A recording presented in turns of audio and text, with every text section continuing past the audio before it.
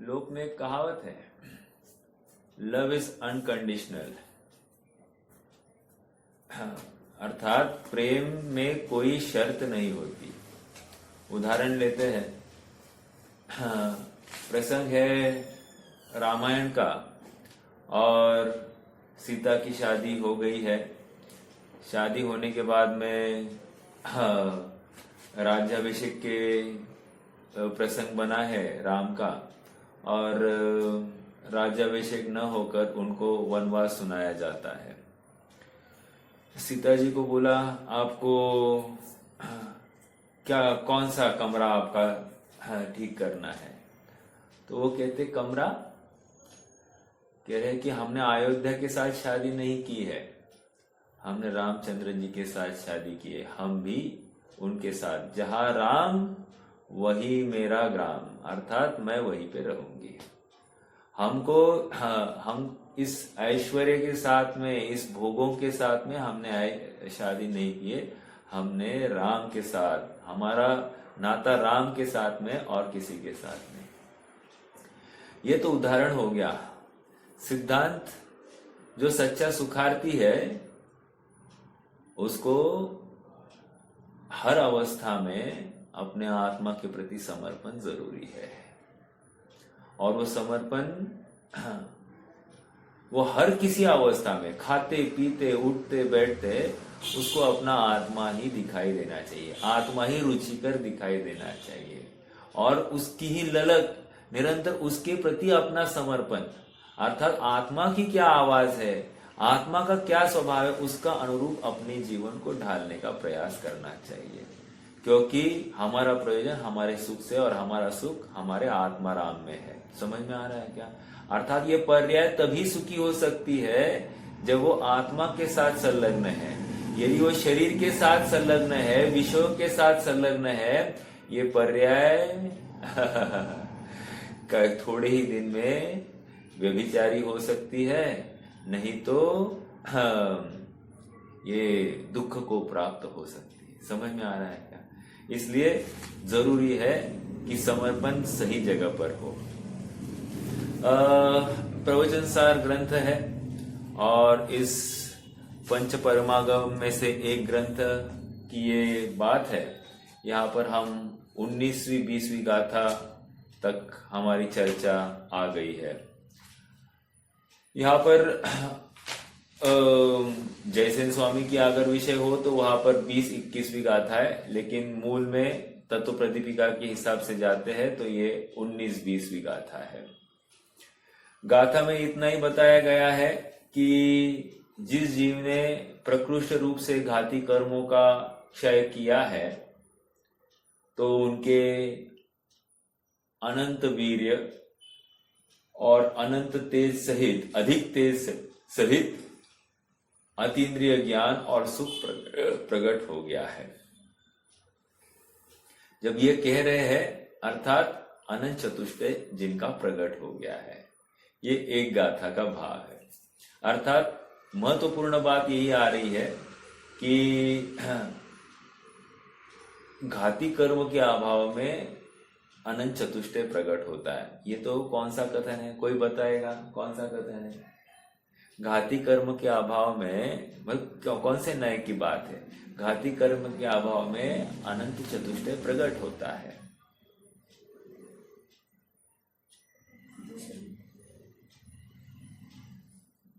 बोलिए। हाँ, दूसरे नए, वो अनुपचरित असद्भुत व्यवहार नए की बात है। समझ में आ रहा है क्या? अर्थात कर्म का क्षय करना, या कर्म के वश ये जीव संसार में भटक रहा है, ये जो कोई कथन आ रहे हैं, या शरीर की अवगाहना आदि को लेकर जो कोई चर्चा आती है, इस सबको दूसरे नए का विषय बताया जाता है। अर्थात ये 20वीं गाथा घाती कर्म के क्षय में क्या हुआ है? कह रहे अनंत सुख, अनंत वीर्य और अतीन्द्रिय ज्ञान और अतीन्द्रिय सुख प्रकट हो गया है। अच्छा, आज तक कौन सा सुख और आज तक कौन सा ज्ञान था? तो कह रहे आज तक इंद्रिय ज्ञान और इंद्रिय सुख था। आज कौन सा सुख है? कह रहे अतीन्द्रिय ज्ञान और अतीन्द्रिय सुख। अच्छा, ऐसे दो दो क्वालिटीज होते हैं, अतीन्द्रिय ज्ञान और अतीन्द्रिय सुख, और इंद्रिय ज्ञान और इंद्रिय सुख। देखो ऐसा है, ज्ञान तो ज्ञान ही है, सुख तो सुख ही है, लेकिन उस सुख के भोग में आलंबन किस चीज का है? यदि आलंबन इंद्रियों का है तो उसको इंद्रिय ज्ञान कहा जाएगा, यदि आलंबन इंद्रियों का है तो उस सुख को इंद्रिय सुख बताया जाएगा। और जब भी आगे की भी बात रख रहा हूं मैं, जब भी इंद्रिय ज्ञान और इंद्रिय सुख की बात होती है तो हमको एक पाठ, हमारे एक इंद्रिया नामक पाठ आया है, बालबोध 2 में चौथा पाठ है। वहां पर इंद्रिया दुख रूप भी होती है ऐसा पूछा था, और समाधान इतना ही था कि इंद्रिया दुख रूप नहीं है। इंद्रिया के आलंबन करने पर जो ज्ञान होता है वो पराश्रय का ज्ञान है, और पराश्रय में दुख है। हाँ, या फिर इंद्रिया के माध्यम से जो कोई सुख उत्पन्न होता है, तो जो विषयों से सुख की उत्पत्ति होती है वो पराश्रय की बुद्धि से हुई है, अर्थात पर का आलंबन है और उसमें आकुलता है, और वो अल्प समय का है, इसलिए वो दुख का कारण है। बट यहाँ पर महत्वपूर्ण बात अतीन्द्रिय ज्ञान और अतीन्द्रिय सुख प्रकट हो गया है। इस बात को का उल्लेख करते हुए आचार्य देव इतना ही समझाना चाहते हैं कि हे भाई, तुझे भी अतीन्द्रिय ज्ञान और अतीन्द्रिय सुख ही प्रकट करना पड़ेगा, तब जाकर तू सुखी होगा। कितने विषय बढ़ाऊं तो मुझे सुख की प्राप्ति होगी, या कितना ज्ञान अर्जन करूं तो मुझे सुख की प्राप्ति होगी, ये बात है ही नहीं। समझ में आ रहा है क्या? या कितने पैसे कमाऊं तो मैं सुखी, ये बात है ही नहीं।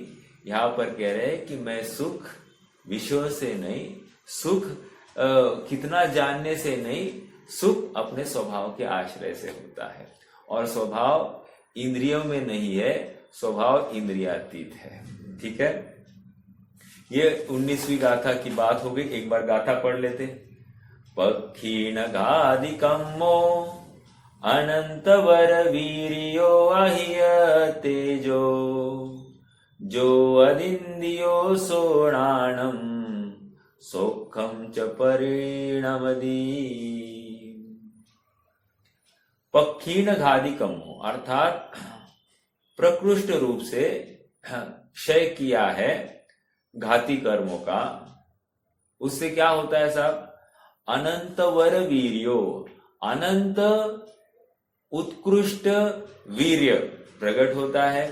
अहिय तेजो, अधिक तेजवान हो जाता है। 2 जादो अदिंदियो सोनानम, और ज्ञान अतीन्द्रिय हो जाता है। और सौखम च परिणमदी, और सुख की प्राप्ति हो जाती है। वो भी कौन सा सुख? अतीन्द्रिय सुख। ठीक है, 19वीं गाथा हो गई। 20वीं गाथा में आ जाइए। क्या कह रहे हैं?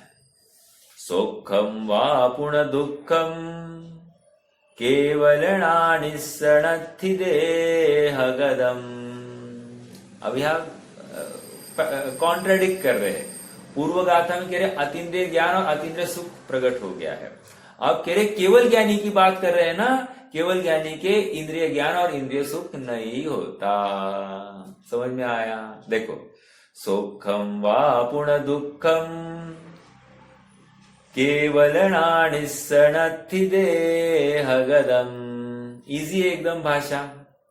जम्हा अदिंदियतम जादम तम्हादुतम नेयम।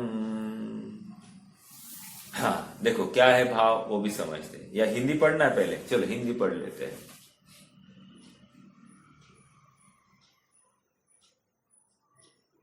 एक मिनट। ये क्या वहां आगे देखो, आ गया भाई। हाँ देखो, हिंदी के दोनों 19 और 20 दोनों पढ़ते हैं। अतीन्द्रिय हो गए जिनके ज्ञान सुख वे स्वयं भू, जिन क्षीण घाती कर्म तेज महान उत्तम वीर्य है।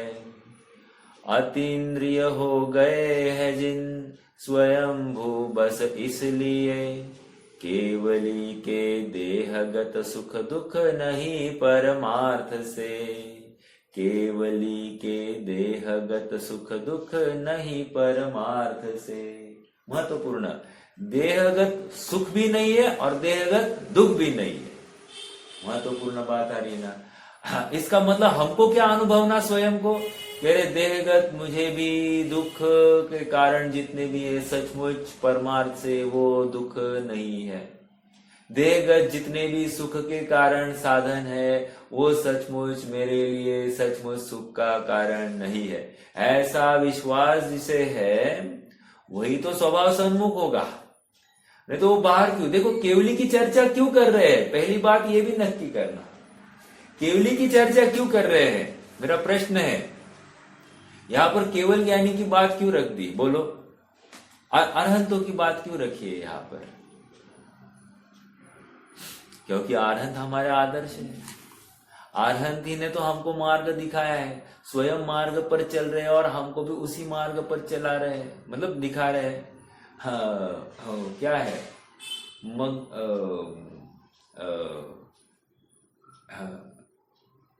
क्या है, स्वयं चलते हैं और औरों को भी मार्ग दिखाते हैं। ये ड्रिल मास्टर है, समझ में आया। तो उन्होंने जैसे सुख प्रकट किया है वही तो राज उन्होंने अपने साथ खोला है। यदि तुम सुखी होना चाहते हो तो उनके पास देखो, उनका अनुकरण करो, वो जो कर रहे वो तुम करो। परसों दिन मैंने टोपी वाले के उदाहरण दिया था, ऐसे ही हम भी समझना कि वो जो करने वाले वही हमको करना है। समझ में आ रहा है क्या। वे आत्मा में लीन है तो हमको क्या करना, हमको भी आत्मा में लीन है। उन्होंने इंद्रिय का आलम छोड़ दिया तो हम भी इंद्रियों का आलम्बन छोड़ दिया। उन्होंने पति पत्नी छोड़ दिए तो हमको भी पति पत्नी छोड़ देना। उन्होंने घरदार राजपाट छोड़ दिया, हमको भी घरदार राजपाट छोड़ना। उन्होंने आहार में अनाहारी बुद्धि का निर्णय किया तो हमको भी भोजन करते समय अनाहारी बुद्धि का विचार करना। समझ में आया क्या। मैं अबद्ध अस्पृष्ट अनन्य अनियत हूं ऐसा नक्की किया तो हमको भी अबद्ध अस्पृष्ट अनन्य अनियत ऐसा विचार करना। मैं एक हूं, ज्ञायक भाव हूं ऐसा निर्णय किया तो मुझे भी एक ज्ञायक भाव हूं ऐसा निर्णय करना। वो 39वीं गाथा क्या है, अरसमरूवम गंधम अनित क्या है, अरसमरूवम गंधम अवत्तम चेदना गुणम सद्दम जान अलिंग गहनम जीवो मणिदिट्ठ संठानम। उन्होंने जो निर्णय किया है अरस अरूपी अगंध अस्पर्श अव्यक्त, तो मैं भी हूं ना। मानो, मानने में क्या है, मानने में क्या है, मतलब निर्णय पूर्वक मानना है। उन्होंने माना इसलिए मैं मानूंगा तो बात नहीं चलेगी। उन्होंने माना है तो आप निर्णय करो सचमुच ऐसा है या अन्य प्रकार से। उनको जैसा आत्मा भाषित हुआ वैसा ही मुझे हो रहा है कि नहीं हो रहा है, ये स्वीकार हमको अनुमान के बल पर करना। अनुमान प्रमाण से ही बात को सिद्ध किया जाएगा, इसलिए इस निर्णय प्रक्रिया में बिल्कुल कचास नहीं रखना। वे सुखी है और मैं यहां पर दुखी हूं तो क्यों, और यदि मैं स्वयं को सुखी मान रहा हूं तो उस सुख का कारण क्या है, पहले ये नक्की किया जाए। क्या मेरा सुख शाश्वत है, तो आंसर आएगा यदि हां तो वो अतीन्द्रिय ही होना चाहिए, यदि ना तो वो शरीर आश्रित ही होना चाहिए, इंद्रिय आश्रित ही होना चाहिए, विषय आश्रित ही होना चाहिए। और विषय आश्रित सुख अल्प समय का है। समझ में आया। कल एक अच्छी बात सुनी, हमने विचार किया भाई मैं 1 लाख रुपया कमाऊं तो मैं सुखी होऊंगा, और योग ऐसा बना कि मैंने 1 लाख रुपया कमाया। अब 1 लाख रुपया कमाने का उतनी जो आकुलता थी उसकी आकुलता के अनुसार उसकी प्राप्ति हो गई तो संतुष्टि तो हो गई, कषाय की पूर्ति हो गई तो संतुष्टि हो गई, लेकिन आश्चर्य कुछ ही काल में दोबारा मुझे पैसे कमाने की इच्छा जागृत हो गई। अर्थात ये सुख भी मेरा अल्प समय वाला था, ज्यादा समय के लिए रहा नहीं। ये मुझे अनुमान से नक्की करना चाहिए था कि इससे मुझे सुख नहीं, एक। और कदाचित हाँ मुझे पैसा नहीं मिले तो आकुलता और बढ़ती है, दूसरी बात। अर्थात जिसमें आकुलता ज्यादा वो भी दुख का कारण, मतलब वो सुख का कारण नहीं हो सकता, वो दुख का ही कारण होता है परमार्थ से। और तीसरा, मान लो मिल जाए और इमीडिएटली छीना जाए तो क्या होगा, फिर से आकुलता होगी। समझ में आ रहा है क्या? बहुत गंभीर बात है, चिंतन करना बहुत जरूरी है। हमारी गाड़ी कहाँ अटकी है इसका एनालिसिस हमको स्वयं को करना पड़ेगा, कोई दूसरा आकर नहीं करेगा। हाँ, हमको इंडिकेटर्स लगा कर देगा और उन इंडिकेटर्स के माध्यम से हम एनालाइज कर सकते हैं कि हमारा इंटरेस्ट का इंडेक्स कितना है। यदि हमारा इंटरेस्ट अर्थात स्वरूप इंटरेस्ट का इंडेक्स ज्यादा है तो शाबाश, यदि स्वरूप इंटरेस्ट का इंडेक्स छोटा है, नीचे है, तो गलत। या दिन भर में हम कितने बार अपने आत्म वस्तु के बारे में सोचते हैं, यदि वो इंटेंसिटी, वो बार बार आत्मा के बारे में सोचने की अपनी फ्रीक्वेंसी यदि जाता है तो शाबाश, और यदि फ्रीक्वेंसी कम है या नहीं है तो हमको वो फ्रीक्वेंसी बढ़ानी पड़ेगी यदि हम सुखार्थी होना चाहते हैं तो। समझ में आ रहा है क्या? मैं चलिए इस गाथा का अर्थ अपन शब्दशः अर्थ देखते हैं। सुखम वा पुनः दुखम, नहीं ये हो गया ना, अगली गाथा है, नहीं बराबर यही है। सुखम वा पुनः दुखम, सुख अथवा दुख, क्या ठीक है? केवल नानिसणति देहगदम, केवल ज्ञानी के देहगत सुख अथवा ज्ञान दुख नहीं होता है। महत्वपूर्ण बात आ गई, केवल ज्ञानी के देहगत सुख अथवा दुख नहीं होता है। देह होता है क्या केवल ज्ञानी के? हाँ होता है, 13वें गुण स्थान में होता है, ठीक है हाँ, लेकिन उसका आलंबन नहीं है। विशेष बात, विशेष बात। इससे और एक बात सीखने मिलेगी, पहले पूरी गाथा कर लेते। जम्मादिन्द्रियत्तम जादम तम्मादुतम ण्येयम, जैसे ही वे अतीन्द्रिय हो गए, हाँ जिस काल में वे अतीन्द्रिय हो गए, जम्मा अदिन्द्रियत्तम जादम, जिस जैसे ही वे अतीन्द्रिय हो गए, अतीन्द्रिय ज्ञान को प्राप्त हुए, तम्मादुतम ण्येयम, अर्थात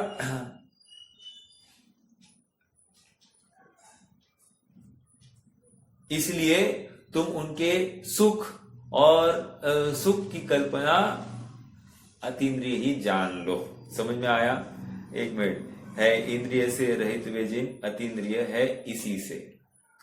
हाँ वे इंद्रिय से रहित हो गए हैं, इसलिए क्या क्या, जम्मा अदिन्द्रियतम जादम तम्मादुतम ण्येयम, हाँ वे अतीन्द्रिय हो गए हैं अर्थात इंद्रिय से रहित हो गए हैं, इसलिए तुम उनके सुख और दुख की कल्पना छोड़ दो। ये प्रश्न समझ में आया क्या? क्या तर्क दिया है? वे अतीन्द्रिय हो गया अर्थात उनकी इंद्रियां नहीं रही है, ये कह रहे हैं। कौन सी इंद्रियां नहीं रही है? कौन सी इंद्रियां नहीं रही है, प्रश्न है मेरा। केवली भगवान की कौन सी इंद्रियां नहीं है? भाव इंद्रिया नहीं है। बहुत अच्छा, 5 इंद्रियों से रहित तो भाव इंद्रिया से नहीं है। समझ में आया? भाव इंद्रिय प्राण नहीं है उनका, इसलिए कह रहे इंद्रियातीत हो गए हैं। आहा, बाहर में द्रव्य इंद्रिया है लेकिन द्रव्य इंद्रिया थोड़ी काम करती है, काम तो भाव इंद्रिया कर रही थी। ये भी और एक महत्वपूर्ण बात। समझ में आ रहा है क्या? ये इंद्रिया ये कोई काम नहीं कर रही है, सच्चा काम कौन कर रहा है? भाव इंद्रिया। हाँ, कहाँ पढ़ा अपन ने, किसी को याद है क्या? सच्चा काम तो भाव इंद्रिया कर रही है। कौन सा सूत्र बताएगा? चलिए फटाफट, 10 रुपए का नोट।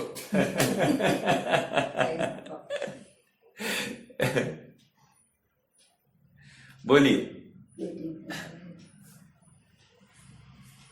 कहां पर पढ़ा? द्रव्य इंद्रिया से ज्ञान नहीं होता है, भाव इंद्रिय से ज्ञान होता है। एक सूत्र आया तत्वार सूत्र में, अब बोलो।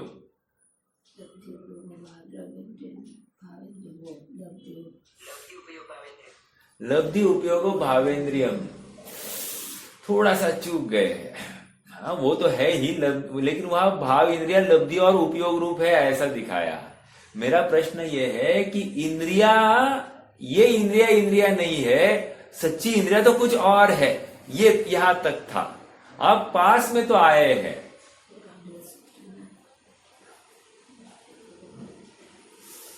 बताओ मैं, चलो 1 2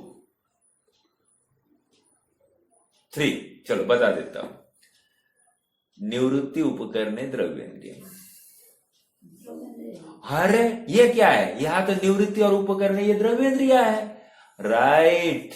लेकिन आप सबको याद होगा अपन ने चक्षु इंद्रिया को देखा था, और चक्षु इंद्रिया में हमने बहिरंग निवृत्ति, बहिरंग उपकरण और अंतरंग उपकरण, बहिरंग निवृत्ति और अंतरंग निवृत्ति, और अंतरंग निवृत्ति से जाना जाता है। अंतरंग निवृत्ति क्या था, आत्मा के प्रदेश, उस इंद्रिया के आकार रूप, वो आत्मा के प्रदेश, उससे जाना जाता है, उससे ज्ञान होता है। समझ में आ रहा है क्या? जैसे आग बाहर की आईलिड है, वो बहिरंग उपकरण थी। अंतरंग उपकरण क्या था, वो सफेद गोल और काला बड़ा काला, राइट, वो अंतरंग उपकरण हो गए। फिर बहिरंग निवृत्ति क्या था, वो जो आंख की लेंस है, वो आंख की लेंस, वो सच्ची बहिरंग निवृत्ति हो गई। और उस आंख के लेंस पर जो आत्मा के प्रदेश है, वो आत्मा के प्रदेश से जाना जाता है, अर्थात वो सच्चा इंद्रिया है। समझ में आ रहा है क्या? वो सच्ची इंद्रिया है। ठीक है, चलो ऐसा ही हम पांचों इंद्रिया पर लगा रहे थे। ठीक है चलो। हाँ, तो क्या कहना है यहां पर इस 20वीं गाथा में, सुखम वा पुण दुखम केवल नाणिसणथि देहगदम। देहगत उनका सुख और दुख नहीं होता, अर्थात इंद्रिय के आश्रित। अब ये केवल ज्ञानी का ये समझकर हमको क्या करना, हमारा भी परमार्थ से सुख और दुख देहगत नहीं है। और देह कहते ही अपने को सभी विषय भी उसके साथ लगा लेना चाहिए।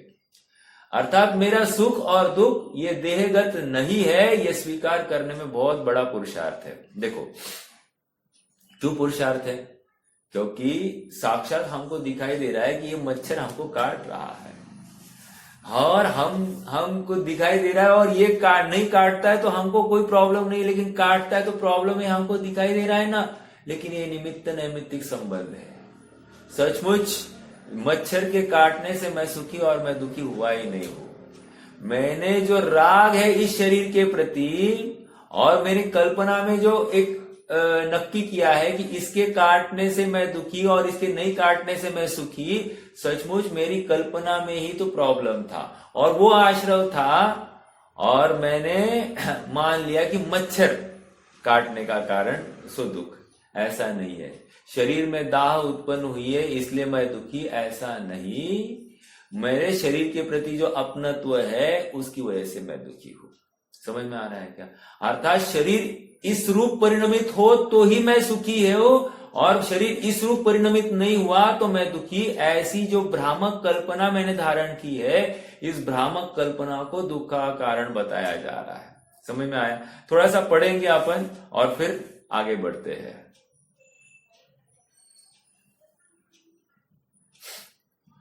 हाँ, अपन ने कल मेरे ख्याल से, हाँ, पेज नंबर 194 पर आ जाइए। Sorry 114, not 194, 114। जिस प्रकार मिल रहा है सेकेंड पैराग्राफ।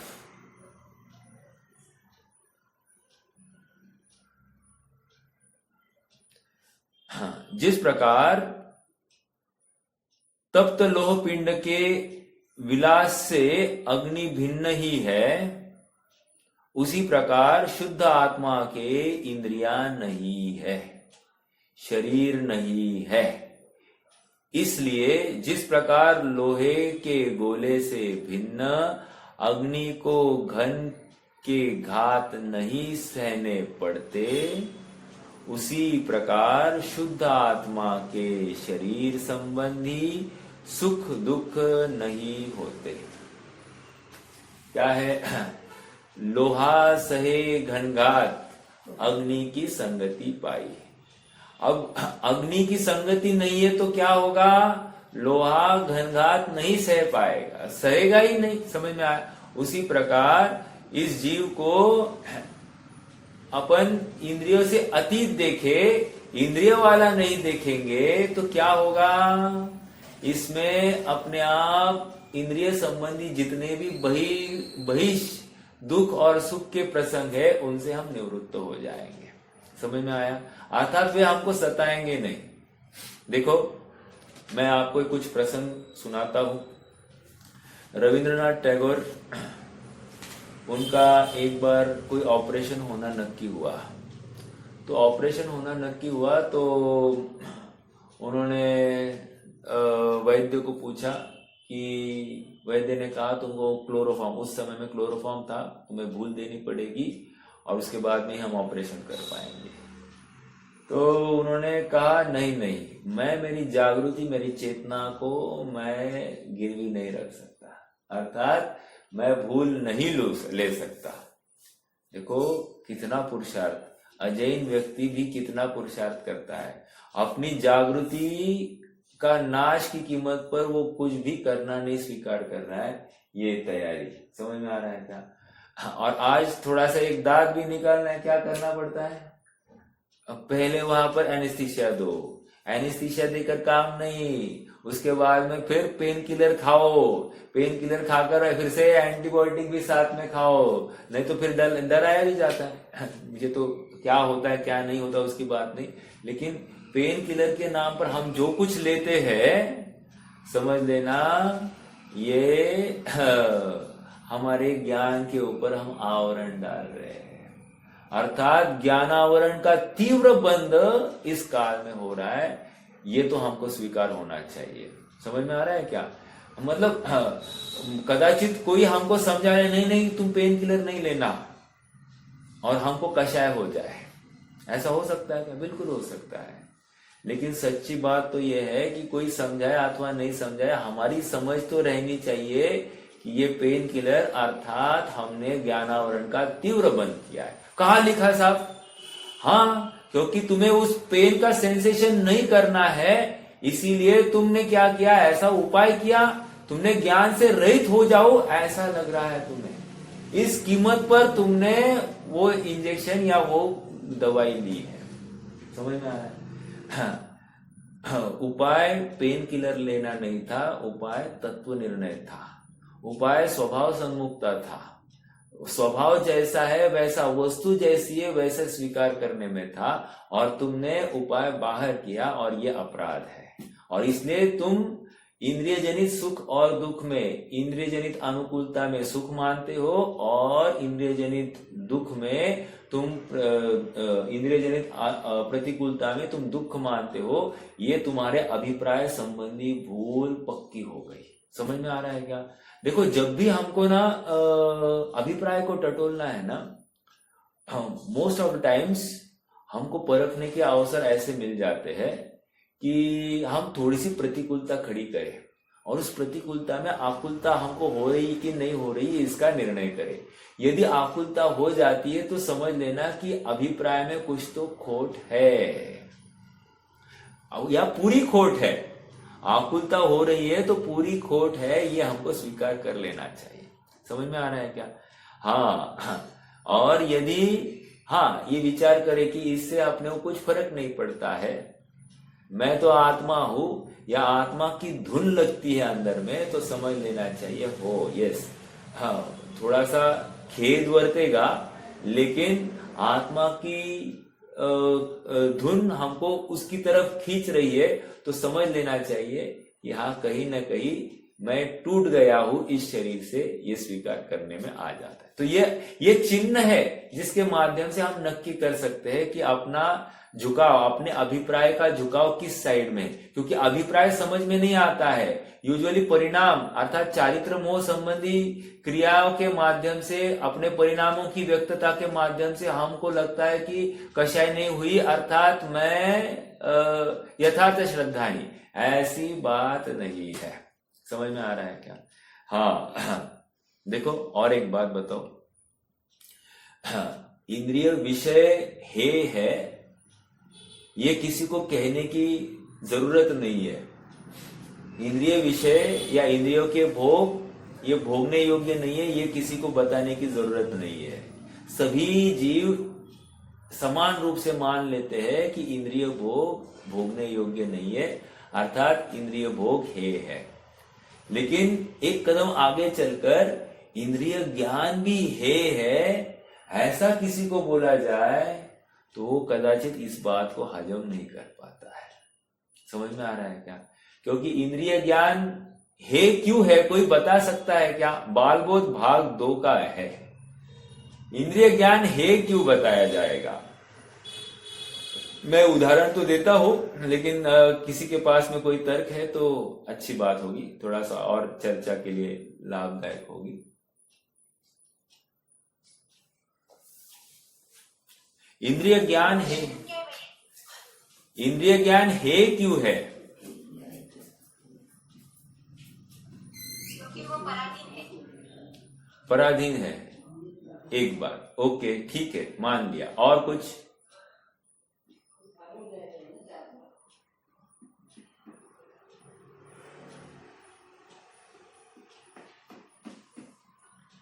बहुत महत्वपूर्ण, मतलब प्रसंग के साथ में चलो, मतलब इस गाथा के साथ में चलिए। गाथा में आंसर है उसका।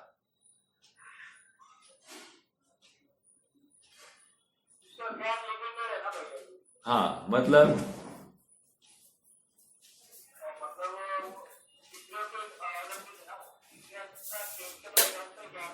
हाँ नहीं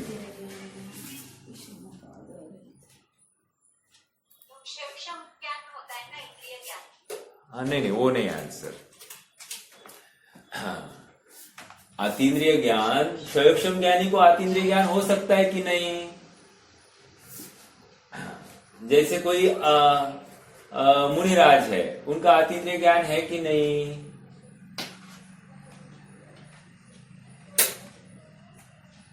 मुनिराज का अतीन्द्रिय ज्ञान है कि नहीं? और क्षयक्षम है कि नहीं उनको? है ना? हाँ इसका मतलब ये तर्क नहीं चलेगा, क्षयक्षम ज्ञान है। देखो इतनी सी बात है कि इंद्रिय ज्ञान पर का परिचय कराता है, स्व का परिचय नहीं कराता है। खत्म। क्या कहा फिर से? इंद्रिय ज्ञान के माध्यम से पर का परिचय होगा, स्व का परिचय नहीं होगा। आपने इतना ही कहा कि वो पराश्रित है, लेकिन पराश्रित से वो आंसर खुल नहीं रहा है कि क्या होने वाला है, उसका प्रोसेस क्या है। इतनी सी बात है कि वो जब भी परिचय कराएगा पर का परिचय कराएगा, स्व का परिचय नहीं कराएगा। और हमारा प्रयोजन स्व से है, पर से नहीं। समझ में आ रहा है क्या? और सुख की कणिका स्व के आश्रय से होगी, पर के आश्रय सुख की कणिका नहीं जागृत होगी। मान लो पर जानने में आया, सुख होगा? नहीं होगा। लेकिन स्व जानने में आया तो सुख होगा। समझ में आ रहा है क्या? ये महत्वपूर्ण बात इंद्रिय ज्ञान है ये समझने से हो जाती है। इसका मतलब इंद्रिय का देखो और थोड़ा सा बताऊं। देखो एक आधे को बोल दिया कि भाई ये पिक्चर देखना अच्छी बात नहीं है, इसमें हिंसा भी होती है और ब्रह्म का भी दोष लगता है और विषय कषाय में प्रवृत्ति कराती है, तो इसलिए तुम पिक्चर मत देखा करो। तो ये इंद्रिय का विषय है। इसको कोई भी मान सकता है कि नहीं ये गलत है? बिल्कुल मान सकता है। अब उसको बताया कि ठीक है तुम पिक्चर मत देखो, लेकिन तुम रामायण देखो, महाभारत देखो, श्रीपाल महनाज सुंदरी का चरित्र देखो, जीवनदर का चरित्र देखो, और उसमें आनंद से देख सकता है क्या? हाँ फिर वो विषय है कि नहीं है, मेरा प्रश्न है, वो इंद्रिय का विषय है कि नहीं है? वो भी विषय है यदि वो उतनी ही रुचि से देखता है जितनी पिक्चर देखता है, तो वो भी विषय है। समझ में आ रहा है क्या? तो विषय में कुछ भी फर्क नहीं है, मात्र गे बदला है, विषय अभी भी वही है। मान लो कोई पिक्चर का गाना नहीं सुनना, ठीक है साहब, नहीं सुनेंगे, लेकिन पिक्चर के गाने के टोन में कोई आत्मा का भजन सुना तो उछलने लगता है कि नहीं? तो सच कहना, ये उछलता क्यों है? वो पिक्चर के गाने की टोन को लेकर उछला है या उस भजन के या स्तुति के भाव से वो उछला है? यदि वो उस पिक्चर के टोन पर उछला है तो समझ लेना कि अभी भी ये विषयों में ही लीन है। समझ में आ रहा है? इसलिए इसको हे बताया जा रहा है। वैसे ही आप पांचों इंद्रियों पे लगा लेना, स्पर्श रस गंध, स्पर्श इंद्रिया है, वहां पर हल्का भारी रूखा चिकना, इन सब विषयों में आप लगा दीजिए। तो पर का ज्ञान कराते हैं, भले ही वो शुभ हो अथवा या अशुभ हो, ज्ञान तो पर का होने वाला है, और पर का ज्ञान मेरे लिए अकार्यकारी है। समझ में आ रहा है क्या? इसलिए उन विषयों का तो हेपना तो सिद्ध हुआ ही है, साथ साथ उन संबंधी ज्ञान का भी निषेध हो जाता है। साहब ज्ञान होने से क्या प्रॉब्लम है? प्रॉब्लम तो हमारी श्रद्धा से है, लेकिन जैसे तू ज्ञान करता है ना, इमीडिएटली तू पर में ही अपनत्व कर बैठता है या इष्ट अनिष्ट कल्पना कर बैठता है, इसलिए तू प्रभावित होता है और इसलिए तुझे उसके जानने का भी निषेध कराया जाता है। पर को जानने का निषेध नहीं था, लेकिन जैसे ही आज सब्जी थोड़ी सी हीनादिक हो गई, इसका मुंह देखने जैसा हो जाता है। तो कह रहे कि ये जो है गे जैसे ही जाना, तूने इष्ट अनिष्ट कल्पना कर दी है। समझ में आया? कोई गे अच्छा लगा तो इष्ट कल्पना हो ही गई है। तो कह रहे ये जो तुम्हारी वृत्ति है ना, यही गलत है। तुम विषय तकलीफ का कारण नहीं था, लेकिन पर गे जानने में आया, तुमने इष्ट अनिष्ट कल्पना की, अर्थात राग द्वेष के प्रसंग खड़े किए, ये अपराध हो गया एक। और वहां स्व कहा जानने में आया, अपना स्वभाव इन सबसे परे है, अप्रभावित है इनसे, ये तुम्हें कहा ख्याल में आया। मान लो गर्मी का ज्ञान हो गया, तो गर्मी का ज्ञान हो गया तो तुम्हें इमीडिएटली क्या है, गर्मी को दूर करने का भाव हुआ कि नहीं हुआ? तो ये गर्मी का ज्ञान उसके उस विषय के अभाव के लिए झुक गया, अर्थात अनिष्टपने की तरफ संकेत कर रहा है। तो जानने से तूने और एक आफत मोड़ ली है, इसलिए तुझे समझाया जाता है कि इंद्रिय ज्ञान है, तुम उसमें रमो मत, इंद्रियों का आलंबन लेना छोड़ दो, तभी जाकर तुम सुखी होगे। और देखो उसका प्रमाण अरहंत भगवान है। समझ में आया? अरहंत भगवान को देखो, वे अतीन्द्रिय हो गए, इसलिए देहगत सुख और दुख का वेदन ही नहीं होता है उनको। अब बाहर में कितनी गर्मी और कितनी ठंडी है, कुछ फर्क नहीं पड़ेगा, कितनी अनुकूलता है, कितने देखो संवत्सरण में जो द्वार है, 144 द्वार है, 4 द्वार है मूल द्वार तो, लेकिन छोटे छोटे जो द्वार पीछे है, वो कह रहे 144 द्वार है। और 144 द्वार के बाहर है ना मंगल द्रव्य है वहां पर, और वे मंगल द्रव्य किसका परिचायक है? कह रहे हैं कि मंगल द्रव्य इसका परिचायक है कि मानो वे भगवान ने उनका तिरस्कार कर दिया है, इसलिए वे दरवाजे के पीछे उनको स्थान मिला है। क्या कहा? भगवान ने उनका तिरस्कार कर दिया है। समझ में आ रहा है क्या?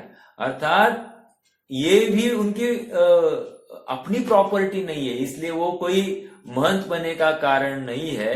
ऐसा जिसने नक्की किया है, तभी तो जाकर वे उनको स्थान ही नहीं है। समझ में आ रहा है? निष्कर्ष इतना ही है, देहगत सुख ये दुख का ही कारण है। समझ में आ रहा है? आइए थोड़ा सा पढ़ते हैं और थोड़े से आगे बात बढ़ाते हैं। देखो 19वीं गाथा में घातिया कर्मों के अभाव में उत्पन्न होने वाले अनंत चतुष्टय की चर्चा की गई है और 20वीं गाथा में यह कहा गया है कि सर्वज्ञ भगवान के देहगत अर्थात इंद्रिय सुख दुख नहीं है क्योंकि वे अतीन्द्रिय ज्ञान व अतीन्द्रिय सुख रूप परिणमित हो गए हैं। केवली भगवान अतीन्द्रिय ज्ञान और अतीन्द्रिय सुख रूप परिणमित हो गए हैं, यह कौन से नए का विषय है?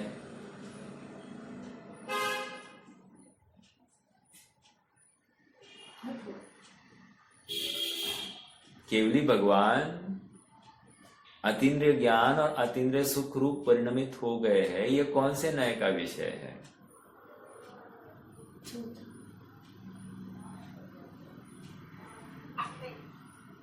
हाँ, वो अभेद नए से आप 8वें कह सकते हो, लेकिन शुद्ध पर्याय की बात कर रहे हैं ना, शुद्ध पर्याय की बात तो चौथे नए से उनको कहा जाएगा, अर्थात शुद्ध पर्याय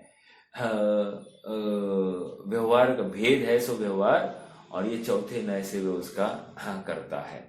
ठीक है, अर्थात व्यवहार से ये उनके सुख है ऐसा कहा जाएगा।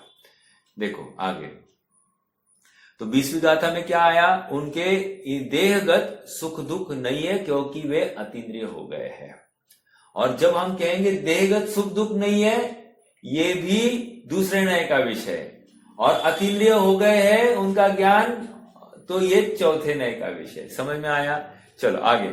इस बात को स्पष्ट करते हुए टीका में आचार्य अमृतचंद्र लिखते हैं कि ज्ञानावरण और दर्शनावरण कर्म के अभाव से अथवा क्षयोक्षम ज्ञान दर्शन के अभाव से अथवा इंद्रिय ज्ञान दर्शन के अभाव से केवल ज्ञानी व केवल दर्शनी अथवा सर्वज्ञ और सर्वदर्शी अथवा अतीन्द्रिय ज्ञान दर्शन वाला तथा अंतराय कर्म के अभाव से अनंत वीर्य का धनी यह स्वयंभू भगवान आत्मा मोहनीय कर्म के अभाव के कारण निज चैतन्य तत्व का अनुभव करता हुआ स्वयं स्वभाव से ही स्व पर प्रकाशक ज्ञान और अनाकुल लक्षण सुख रूप परिणमित होता है। अतः यह निरपेक्ष भाव से अनंत ज्ञान और अनंत सुखमय है। महत्वपूर्ण बात यहाँ पर इस पूरे पैराग्राफ में ये है, आकुलता शिव माहिनता तय शिव मग लाग्यो चाहिए। और यहाँ पर वो सुख कौन सा होता है? अनाकुलता वाला होता है। हाँ, वह सुख सदा ही त्याज्य रे पश्चात जिसके दुख भरा। समझ में आ रहा है क्या? लोग में तो ये कहते कि आज थोड़ा सा दुख सह लो तो कल भविष्य में तुम बहुत सुख भोगोगे, लेकिन यहां पर ये कह रहे हैं आज भी जो आज वर्तमान में दुख है वो भविष्य में भी दुख ही है। समझ, परमार्थ से ये है वर्तमान में जो दुख रूप है भविष्य में भी वो दुख रूप ही होता है। मतलब आज हमको कहते हैं कि थोड़ा सा पढ़ाई करो, थोड़ा दुख है आज, मेहनत करो आज और देखो इसका फल तुम्हें भविष्य में सुख है। लेकिन जिसको पढ़ाई वर्तमान में दुख रूप लगी है उसको भविष्य में भी उसको लेकर दुख ही होने वाला है, ये कह रहे हैं। समझ में आया? और जिसको आज आत्मा सुखरूप भाषित हुआ है तो आज भी आत्मा कष्टकर नहीं लगा है, आत्मा सहज है, आत्मा सुखरूप है, ऐसा उसको विश्वास है। तभी तो जाकर वो उसको सुख का आज भी सुख है और भविष्य में भी सुख है। समझ में आ रहा है क्या? इसलिए वो सुख सदा ही त्याज्य रे पश्चात जिसके। देखो बुद्धजन जी की भी एक छड़ाला है, सुख तय दुख और दुख तय सुख, ऐसा वहां पर एक पद आता है। तो कह रहे सुख के बाद दुख और दुख के बाद सुख, ये तो संसार की परिपाटी है। लेकिन मोक्ष की परिपाटी में या मोक्ष मार्ग की परिपाटी में एक बार सुख तो अब अनंत काल के लिए सुख है, वहां पर अभी सुख में रुकावट नहीं होगी। समझ में आ रहा है क्या? ये अतीन्द्रिय सुख की बात चलती है। क्यों अतीन्द्रिय सुख की बात? क्योंकि अतीन्द्रिय सुख वो स्वभाव सन्मुख हो गया है, अनाकुल लक्षण वाला हुआ है, अर्थात अब आकुलता नहीं बची है। आकुलता क्यों होती है? पर पदार्थ या तो बना रहे, नहीं तो पर पदार्थ हट जाए, इस संबंधी आकुलता रहती है। और यहाँ पर कह रहे हैं कि इनको पर पदार्थ में इष्ट अनिष्टपना कल्पना भाषित ही नहीं होती। क्यों नहीं होती? क्योंकि पर पदार्थ का परिणमन उसके आश्रित है, वो मेरे चाहने ना चाहने से परिणमित होता नहीं है। मैं उसका स्वामी नहीं, मैं उसका कर्ता नहीं, मैं उसका भोक्ता नहीं, तो मैं उसके प्रति अपना लक्ष्य भी हटा देता हूं। समझ में आ रहा है? जो मेरा है वो संपूर्ण है, जो मेरा है वो सुखमय है, जो मेरा है वो अनाकुल लक्षण वाला है, और है उस अवस्था में मैं आज इस समय सुखी हो सकता हूं। चाहे कितनी भी प्रतिकूलता, अरे नारकी जैसी दाहगत व्यवस्था में भी यदि जीव सम्यक तो प्रकट कर सकता है, या केवल ज्ञानी जैसा अतीन्द्र सुख का अनुभवन वेदन कर सकता है, तो मुझे क्या प्रॉब्लम है अपने सुख को प्रकट कराने में? समझ में आ रहा है क्या? आज एक बार भोजन नहीं किया तो सरदर्द चालू हो जाता है, किसी को चाय नहीं पिया तो सरदर्द चालू हो जाता है। अर्थात कितनी इंद्रिया अधीनता है उसकी। समझ में आ रहा है क्या? किसी को एक पर्टिकुलर विषय नहीं मिला तो दुखी है। हाँ, देखो हमको भी कभी कभी तकलीफ हो जाती है। मान लो एक एग्जाम्पल है, देखो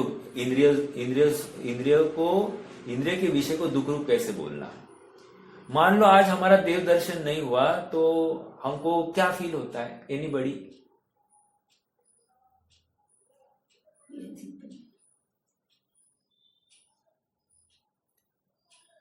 देव दर्शन का मतलब दुख होता है। चलो देव दर्शन नहीं हुआ, देव का स्मरण नहीं हुआ तो क्या होता है? मतलब कोई मालाएं फेरते हैं, कोई भक्ति पाठ करते हैं, वो उन्होंने उस दिन नहीं किया तो क्या लगता है? कुछ तो चूक गया है। हाँ, वो अनईजी लगा ना, तो ये अनईजी लगना अर्थात वो विषय में हमने इजीनेस और अनईजीनेस सेट करके रखा है। उस आलंबन में ही हमने सुख दुख की कल्पना की और हमने उसमें धर्म की कल्पना कर ली है, लेकिन धर्म उस क्रिया का नाम नहीं था और तुमने भ्रम से वहीं पर धर्म मान बैठा। सच्चा धर्म तो आत्मा के आश्रित होने में था, क्योंकि वह आकुलता ही नहीं थी। वहां पर चाहे जिनवानी हो, चाहे भक्ति हो अथवा नहीं हो, मैं तो मस्त रहूं अपनी मस्ती में, ऐसी वो अवस्था थी। जहां पर का आलंबन है वहां दुख है। देखो कभी कभी ऐसा होता है ना, जैसे सूतक पातक का काल होता है तो शास्त्र को हाथ नहीं लगाना। तो शास्त्र को हाथ नहीं लगाने के नाम पर ये जीव क्या करता है? हाँ, आज तो मोबाइल है साहब, पहले मोबाइल कहाँ थे? का पहले फोन भी नहीं था। अब तब क्या करता होगा? जस्ट इमेजिन, कोई जी सकता है कि नहीं जी सकता है? हाँ, तो कह रहे कि उस समय में इसके घर जा, उसके घर जा, या कोई आया उसके घर पे तो गप्पे छप्पे लगाते बैठता था।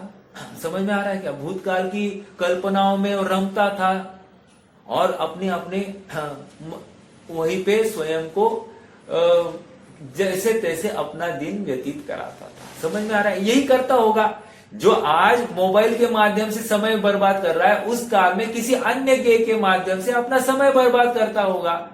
तत्व निर्णय तो नहीं करता होगा। समझ में आ रहा है क्या? हाँ, कहने की बात इतनी है कि इस जीव को ऐसा अभ्यास होना चाहिए, स्वभाव का ऐसा निर्णय हो जाना चाहिए, चाहे ये आंखें हो, चाहे ये कान हो अथवा नहीं हो, चाहे ये इंद्रिया हो अथवा नहीं हो, इसके बिना भी वो अपने आप को संपूर्ण देख ले। संपूर्ण देखने का अनुभवन करने का प्रयास वो उसका पहले ही हो जाना चाहिए। इंद्रिया छूट जाएगी और उसके बाद में ये तरसता रहे, उससे अच्छा इंद्रिया जब है तभी उनका आलंबन लेना छोड़ देना। समझ में आ रहा है क्या? एक अच्छा उदाहरण देते हैं हमेशा, जिसे अपने ससुराल का नाता तोड़ना है, उसे क्या करना चाहिए? अब मान लो मुझे मेरे ससुराल वालों से नाता तोड़ना है तो मुझे क्या करना पड़ेगा? पत्नी से नाता तोड़ना पड़ेगा, बराबर। और मेरे जितना मेरा परिकर है उनसे ही नाता तोड़ना है तो मुझे क्या करना पड़ेगा? इस शरीर से नाता तोड़ना पड़ेगा। समझ में आ रहा है? और शरीर मतलब 5 इंद्रिया, अर्थात इनसे मैं जानता हूं, इनसे इनके आश्रित मेरा सब जीवन चलता है, इस मान्यता को पहले ठेस पहुंचानी है। जब तक विकल्प के स्तर पर भी हम इस बात को नहीं विचारते तो अनुभवेंगे कभी? समझ में आ रहा है क्या? वो सामयिक के काल में बैठ गया एक कोने में और मैं आत्मा हूं, मैं शुद्ध हूं, मैं बुद्ध हूं, इतना बोलता है, आधे घंटे के लिए उठता है और फिर से चालू करता है उसके डेली ड्यूटीज, और वो इंद्रिय के आश्रित होकर ही करता है। उसको ऐसा भाव भी नहीं होता है कि मैं इंद्रियों का आलंबन ले रहा हूं, उसको खेद भी व्यक्त नहीं होता है। समझ में आ रहा है क्या? इंद्रिय ज्ञान उसको अपना अधिकार भाषित होता है कि इंद्रिय ज्ञान से, देखो कितनी इजी बात है। जैसे भोजन बन रहा है, फटाफट क्या करते हैं हम? चख कर देखते हैं कैसे हुआ है, जानने की इच्छा तो है ही, और टेस्ट का लोलुपी एक। दूसरा या यश अपयश का लोलुपी, ऐसा भी हो सकता है कि ये टेस्ट कम होगा तो ताने पड़ेंगे, टेस्ट अच्छा हुआ तो और तारीफ होगी। तो ये इच्छा उस प्रशंसा की या निंदा से डर की है ना, तभी तो जाकर कर रहा है। समझ में आ रहा है क्या? हर विषय में आप देखो इंद्रिया की अधीनता कहीं ना कहीं, अपनी सुख बुद्धि कहीं ना कहीं छिपी है, उसकी तरफ है। और यहां पर समझा रहे कि तू अतीन्द्रिय ज्ञान का धारी है, तू अतीन्द्रिय सुख का धारी है, तेरा सच्चा आश्रम, तेरा ज्ञान और सुख रूपी आश्रम तेरा आत्मा में है, शरीर आदि या इंद्रिया में नहीं है, या शरीर आश्रित क्रियाओं में नहीं है। लेकिन भ्रम से इस जीव ने कुछ क्रियाओं में ही संतुष्टि प्राप्त कर ली है, और जानना, इंद्रियों के माध्यम से जानना अपना अधिकार मान बैठा है। ये अपने निज स्वभाव की, निज सत्ता का भान भूल गया है, अपनी स्वयंभू सत्ता का भान भूल गया। इसलिए यहां पर एक शब्द डाला उन्होंने, स्वयंभू, एक अनाकुलता लक्षण डाला और एक स्वयंभू। स्वयंभू कहकर मैं स्वयं समर्थ हूं जानने के लिए, इंद्रिया विंद्रिया की जरूरत नहीं है, और केवली भगवान इंद्रिया से रहित जान रहे हैं, और केवली भगवान इंद्रियातीत सुख का अनुभवन कर रहे हैं। ये समझाकर वो कह रहे तेरा स्वभाव भी ऐसा ही है, तभी तो जाकर उनका व्यक्त है। लेकिन तेरे परम श्रद्धे है ना, तू भगवान के पास जाकर क्या करता है? नमस्कार करता है। तो देख ना वे अतीन्द्रिय सुख का वेदन कर रहे, तो तू भी अतीन्द्रिय सुख का वेदन करना। देख ना वे अतीन्द्रिय ज्ञान से जान रहे हैं, तू भी अतीन्द्रिय ज्ञान के माध्यम से नक्की करना। तू क्यों इंद्रियातीत ज्ञान, इंद्रिय वाले ज्ञान से तू नक्की करता है हाँ वे सुखी है? तू अतीन्द्रिय ज्ञान से नक्की कर कि वे सुखी है। तू अतीन्द्रिय ज्ञान से नक्की कर कि वे स्वभाव ज्ञान से जानते हैं, इंद्रिय ज्ञान से नहीं जानते। ये जो जो निर्णय करेगा वो भी एक दिन अरहंत के साथ बैठेगा। और जब तक मैं ये निर्णय नहीं करता हूं तब तक मैं हाथ जोड़े उनके सामने खड़ा होना है मुझे। वो उस दहलीज के मुझे बार बार तलवे मेरे घिसने पड़ेंगे। यही तुम्हारी परिणति है, यही तुम्हारा भविष्य है, और वो भी थोड़े काल के लिए है। क्योंकि अल्पकाल में तुमने यदि आत्मा का निर्णय नहीं किया, भगवान के पास आकर तुमने भगवान बनने की कला का अवगत नहीं किया, या भगवान की बात सुनकर, भगवान की वाणी सुनकर, भगवान का स्वभाव सुनकर, उनकी पर्याय को देखकर तुमने ऐसी अवस्था अपने जीवन में व्यक्त करने का प्रयास नहीं किया, तो तुम अपराधी हो, और तुम्हें इस अपराध का फल जैन धर्म से निष्कासित किया जाएगा।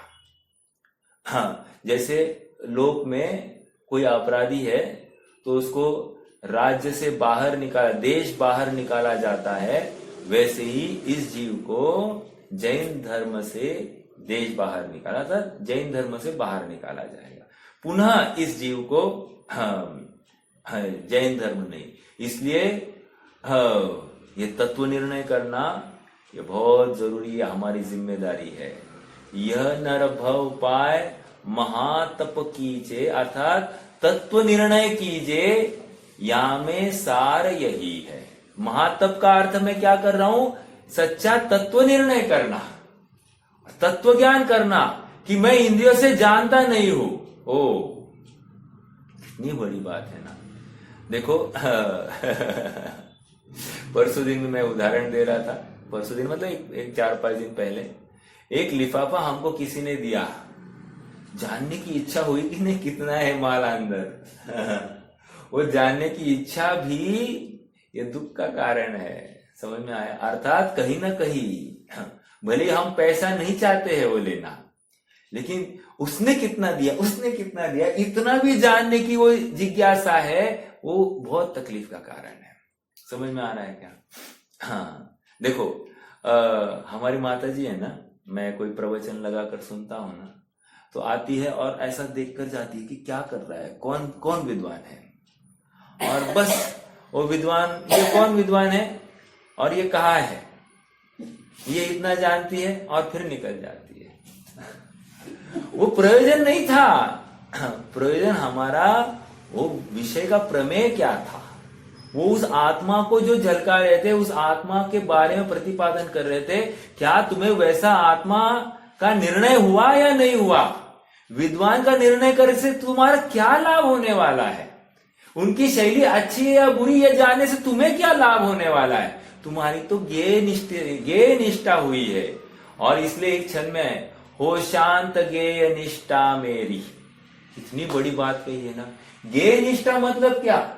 हर पदार्थ को मैं जानूं और जानना। फिर हम ये भी कहते हैं जानने से क्या हुआ? अरे जानने से तू राग द्वेष कर बैठा, इसको राग द्वेष हुए ये भाषित ही नहीं हुआ है, बहुत इजीली ले लेता है। हाँ ये अच्छा है, ये बुरा है, इतना हल्के से बोल देता है। लेकिन अच्छा और बुरा बोल दिया, ये इष्ट अनिष्ट कल्पना, यह अपराध है, इसको स्वीकार ही नहीं होता है। मैं इसको जानूं और इसको नहीं जानूं, ये इसका जो भाव है ये गलत। इसका सबको जानने की इसकी इच्छा, इसकी तैयारी होनी चाहिए। ये जानना और ये नहीं जानना, ये भी जानने में भी तू जो भेद डालता है ना, ये भी गलत है। समझ में आ रहा है क्या? और इसलिए वस्तु स्वरूप ऐसा है, वस्तु स्वरूप स्वतंत्र है, स्वाधीन है। वस्तु स्वयं से अपने में परिणमती है, उसके अपने परिणमन में उसको किसी पर पदार्थ की सहायता की जरूरत नहीं है। ऐसा विश्वास जिसे हो जाता है ना, वो इंद्रियों का आश्रय लेना वो छोड़ देता है। इंद्रियों से सुखी और दुखी होने की कल्पना को अब छोड़ देता है। संयोगों से सुख और दुख की कल्पना वो छोड़ देता है। वो अत्यंत अत्यंत निश्चिंत हो जाता है। और ये निश्चिंतता का आधार ये स्वयंभू स्वभाव है आत्मा का, अपनी आत्म वस्तु का नहीं, सारे विश्व का ऐसा ही स्वभाव है। प्रत्येक वस्तु अपने में परिणमित होते हुए अपने रूप ही भाव को प्राप्त होती है। कभी वो पर पदार्थ का कार्य ही नहीं कर सकती, पर पदार्थ रूप हो नहीं सकती। ऐसा जिसे विश्वास है वही सच्चा सुखार्थी है। प्रत्येक वस्तु अपने अपने सत्व को सर्व वस्तु विलसाए, ये इसका ही अर्थ है। हाँ। और सौवत्त सुंदरो लोए, ये जो कहा आचार्य कुंद कुंद ने तीसरी गाथा में, चौथी गाथा में, तम में क्या है वो? हाँ। एयत्त निश्चय गो समो सौवत्त सुंदरो लोए। मुझे आपको अर्थ कहना है, मैं खाली गाना नहीं सुना रहा हूं आपको। एयत्त निश्चय गदो समो सौवत्त सुंदरो लोए। बोलो क्या है इसका अर्थ? एकत्व निश्चयगत मतलब क्या? पहले ये मुझे खोलिए, चलो करते ना चर्चा, क्या होता है उसमें। आउट ऑफ सिलेबस नहीं, विद इन सिलेबस की बात चल रही है। अच्छा, आप गाथा खोल के देखोगे क्या? हाँ। तीसरी गाथा है समय साथ, तीसरी चौथी गाथा। हाँ अच्छा, ग्रंथ नहीं ना साहब आपके सामने, नहीं बोल तो रहा हूं ना। एयत्त निश्चय गदो समो सौवत्त सुंदरो लोए बंद कहाए, चौथी गाथा है। तेन नहीं, तीसरी गाथा है। मैं चौथी और तीसरी क्लब करके बोल रहा हूँ, क्योंकि बंद कथा ये चौथी गाथा का सेकंड लाइन है, और ये तो निश्चय गतो सौवत सुंदर लोहे ये तीसरी गाथा की पहली लाइन है। ठीक है, इस देखो एकत्व निश्चयगत मतलब क्या? प्रत्येक वस्तु एकत्व निश्चयगत है। अपने से एकत्व और पर से पृथकत्व, ये एकत्व निश्चयगत वस्तु है। ठीक है, एक बात सौवत्त सुंदर लोहे, प्रत्येक वस्तु अपने स्वभाव को ही प्राप्त होती है, पर स्वभाव को प्राप्त ही नहीं होती है। प्रत्येक वस्तु अपना ही काम करती है, पर का काम नहीं करती है। मेरा स्वभाव जानना, देखना, सुख, वीर्य, बल आदि है, तो मेरा काम मेरी आत्म वस्तु ही करती है, कोई और वस्तु नहीं करती है। ये सौवत्त सुंदर है। एक वस्तु दूसरे वस्तु का आडंगा नहीं डालती है, दूसरे के काम में कोई रुकावट नहीं लाती है, यही उसकी सुंदरता है। प्रत्येक वस्तु अपने स्वभाव रूप परिणमित होती है, ये वस्तु की सुंदरता है। अरे हमको ये सुंदरता दिखाई नहीं देती है। हमको सुंदर तो मतलब हाँ गुलाबाचं फूल किती छान ना है ना, हे घर बघ ना किती छान है ना, हे गाड़ी बघ ना किती छान। तो हमको छान के नाम पर वो गाड़ी पर पदार्थ दिखाई देता है, अपनी आत्म वस्तु वो भी एक छान पदार्थ है, ये लगता ही नहीं है। समझ में आ रहा है क्या? कितने सारे फोटो सेल्फीज निकालते, क्यों? छान के नाम पर तो निकालते, सुंदर के नाम पर निकालते, लेकिन पर पदार्थ का सेल्फी निकालते, स्व पदार्थ का सेल्फी क्यों नहीं निकालता है? और ये सेल्फी के लिए कोई कैमरा की जरूरत नहीं है, इस सेल्फी निकालने के लिए बस सच्चे तत्व निर्णय की जरूरत है। हमारा तत्व निर्णय ही हमारा सेल्फी है, हमारा कैमरा है, हमारा मोबाइल फोन है। फटाफट जब चाहा तब सेल्फी निकाल दिया, अर्थात आत्मानुभव कर लिया। समझ में आ रहा है क्या?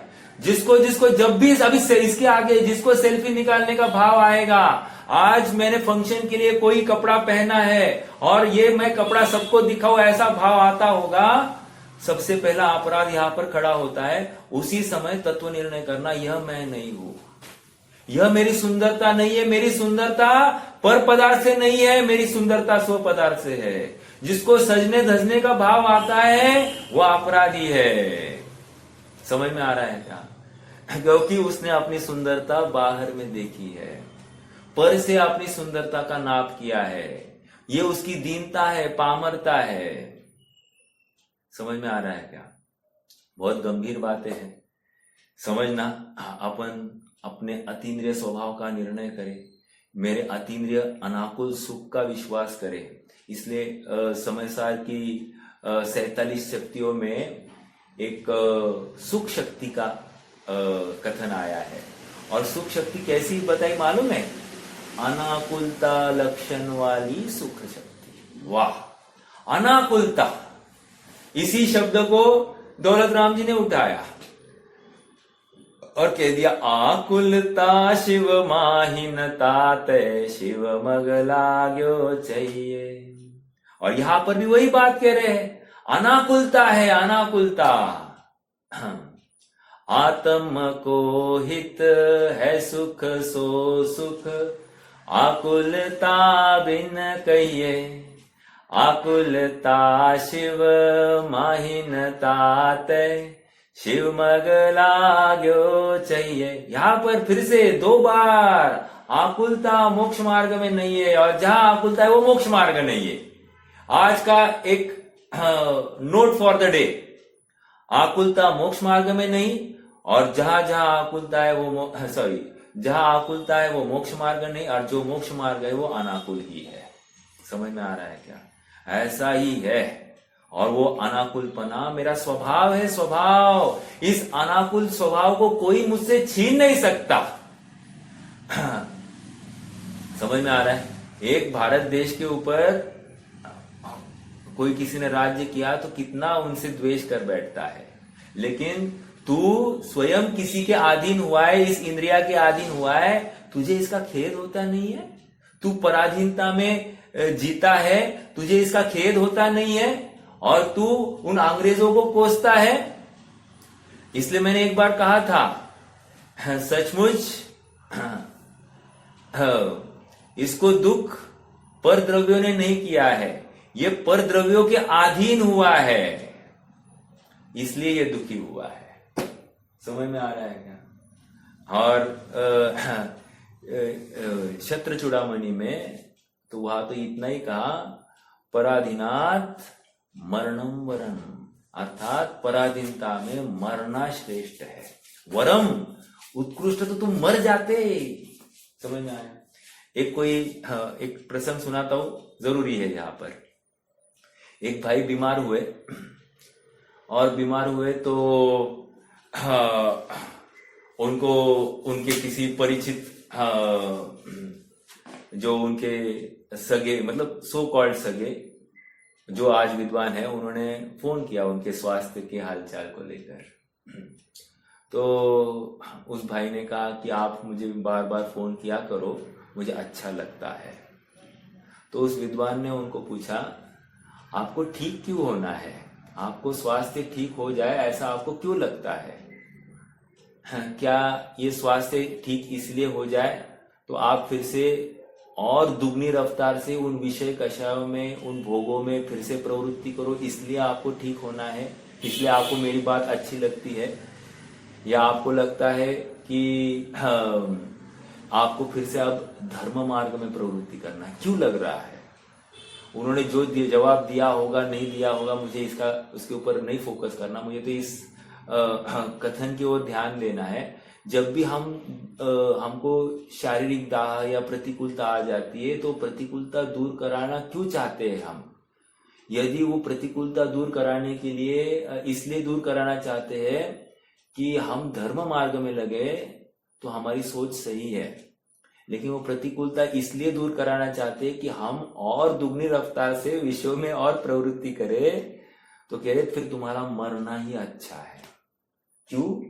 क्योंकि तुम जो इसके बाद में जो पाप करने वाले हो ना, वो डबल रफ्तार से करोगे और दृढ़ता से करोगे, तो तुम तो और पाप इकट्ठा करोगे, तो फिर उससे अच्छा कम पाप करके ही जाओ ना। समझ में आ रहा है क्या? ये सेंटेंस है उनके उस व्यक्ति को सुनाए हुए।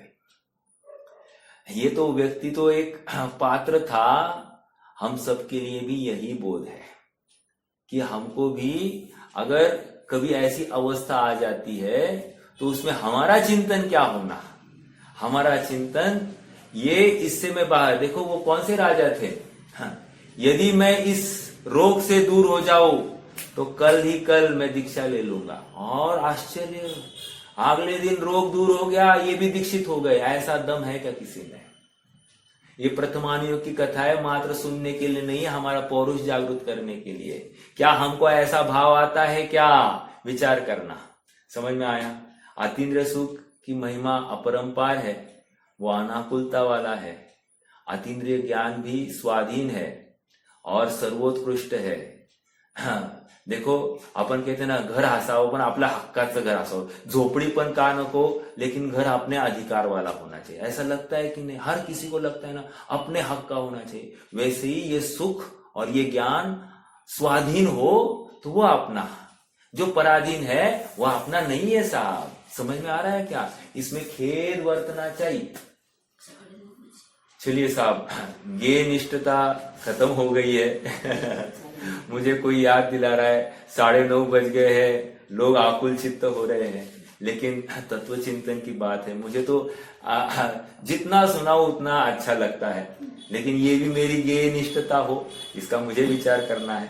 ठीक है, सुनाने से ज्यादा समझना जरूरी है, और हम सब समझे, यही मंगल भावना। ओम नमः।